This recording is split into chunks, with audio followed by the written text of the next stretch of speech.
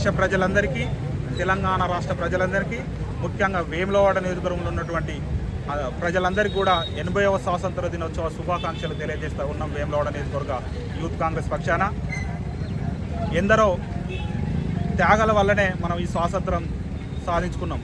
British పరిపాలన నుంచి విముక్తి పొంది మనం ప్రజలకు మరి ఈ దేశంలో ఉన్న ప్రతి పౌరునికి సమానత్వం హక్కుల కోసం మనం ఎన్నో త్యాగ ఫలితాల ఈ స్వాతంత్రమే మనం సాధించుకున్నాం.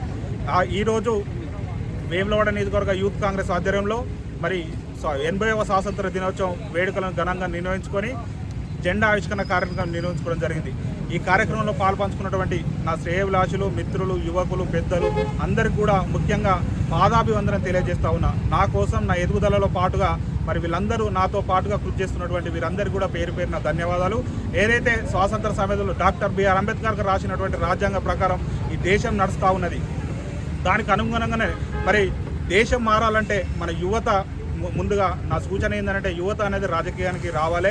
ఈ దేశ చరిత్రలో పదవులతో సంబంధం లేకుండా ప్రజలతో మమేకమైతూ ప్రజల కష్ట సుఖాల్లో పాలు పంచుకునేటట్టుగా మనమందరం కూడా యువత కూడా ముందుగా రాజకీయాల్లోకి వచ్చి వాళ్ళందరితో పాటుగా మనం మమేకమైతూ దేశ అభివృద్ధిలో మనం తోడ్పడాలని చెప్పేసి సందర్భంగా తెలియజేస్తూ మరోసారి వేములవాడ నియోజకవర్గ ప్రజలందరికీ కూడా పేరు పేరున 80వ స్వాతంత్ర దినోత్సవ శుభాకాంక్షలు తెలియజేస్తాం.